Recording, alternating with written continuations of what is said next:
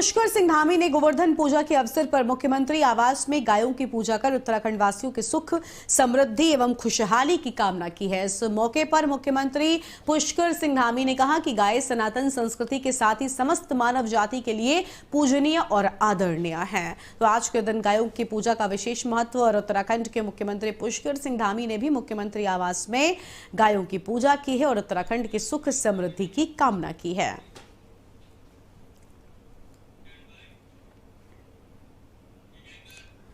और मदरसों के सर्वे को लेकर सियासत है कि थमने का नाम ही नहीं ले रही है। बसपा सुप्रीमो मायावती ने मदरसे के सर्वे को लेकर सवाल खड़े किए। मायावती ने एक के बाद एक ट्वीट कर पूछा है कि ये गैर सरकारी मदरसे सरकार पर बोझ नहीं बनना चाहते तो फिर इनमें दखल क्यों। मायावती ने ट्वीट में यह भी लिखा कि सरकारी मदरसा बोर्ड के मदरसों के टीचर और स्टाफ के वेतन के लिए बजट प्रावधान का खास तौर से सर्वे कराया जाता है। तो क्या यूपी सरकार इन प्राइवेट मदरसों को अनुदान सूची में शामिल करके उन्हें सरकारी मदरसा बनाएगी? इसके अलावा मायावती ने कांग्रेस पर भी जमकर निशाना साधा है। तो मायावती की ओर से ट्वीट कर बड़ी बातें कह दी गई और देख सकते हैं अब मायावती ने ट्वीट में जो अहम बातें लिखी हैं वो भी आपको हम आपकी स्क्रीन पर दिखा रहे हैं। मारतंड हमारे साथ में फोन लाइन पर जुड़ चुके हैं। मारतंड, मायावती लगातार मदरसों के सर्वे को लेकर बड़ी बातें कहती नहीं है। इसके पहले भी उन्होंने कहा बीजेपी पर वार कर दिया था कि तुष्टीकरण की राजनीति है और अब तो उन्होंने ये तक कह दिया कि भाई सर्वे हो रहा है तो क्या इनको सरकारी सुविधाएं मिलेंगी, क्या सूची में शामिल किया जाएगा?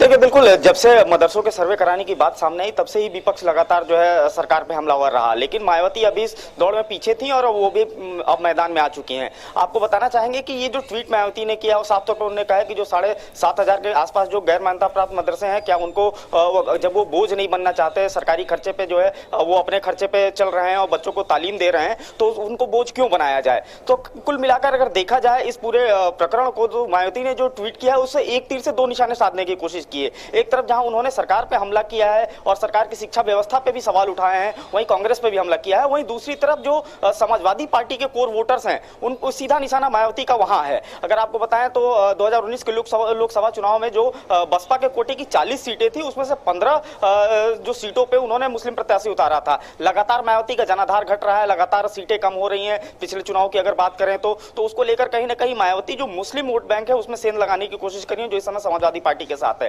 पिछले दिनों हमने देखा कि इमरान मसूद को पार्टी में शामिल किया, उनको बड़ा नेता बनाया और तुरंत ही उनको कोऑर्डिनेटर बना दिया जाता है। पश्चिमी उत्तर प्रदेश में इमरान मसूद एक बड़ा नाम है और पश्चिमी उत्तर प्रदेश की राजनीति में इमरान मसूद का दखल है। तो कहीं ना कहीं मायावती जो अपना जनाधार बहुजन समाज पार्टी जो खो रही थी उसको हासिल करने की कवायद में जुट गई है और मुस्लिम वोटों पे सीधे तौर पर साफ तौर पर कहीं ना कहीं वो इस सब में जुटी हुई है। बहुत शुक्रिया।